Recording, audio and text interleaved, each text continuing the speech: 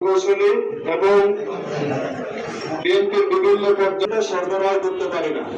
তো এই কথাটি যখন যদি না নেয় তাহলে রেবিস হয়ে গেলে আর কোনো বিভিন্ন জায়গায় কিছু ঘটনা ঘটছে, আমি অস্বীকার করি না। বিচ্ছিন্ন কিছু ঘটনা ঘটছে আমার, আমি অস্বীকার করি না।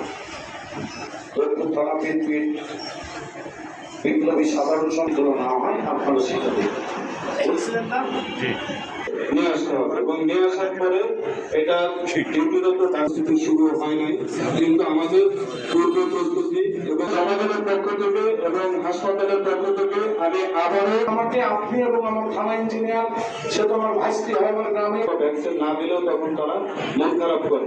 তা আমার কথা হলো যে পরে আসে তাহলে সংক্রমণ কিন্তু অলরেডি চলে যায়। সাবেক আমরা লোক ইঞ্জেকশন তাদের আছে, কিন্তু সার নাই। এই জন্য অন্তত আর মানুষকে পুষ্টিও দিতে হবে না। এখন আমাদের হাসপাতাল কর্তৃপক্ষের কাছে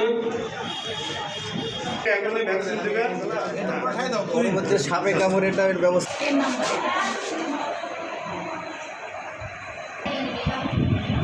আচ্ছা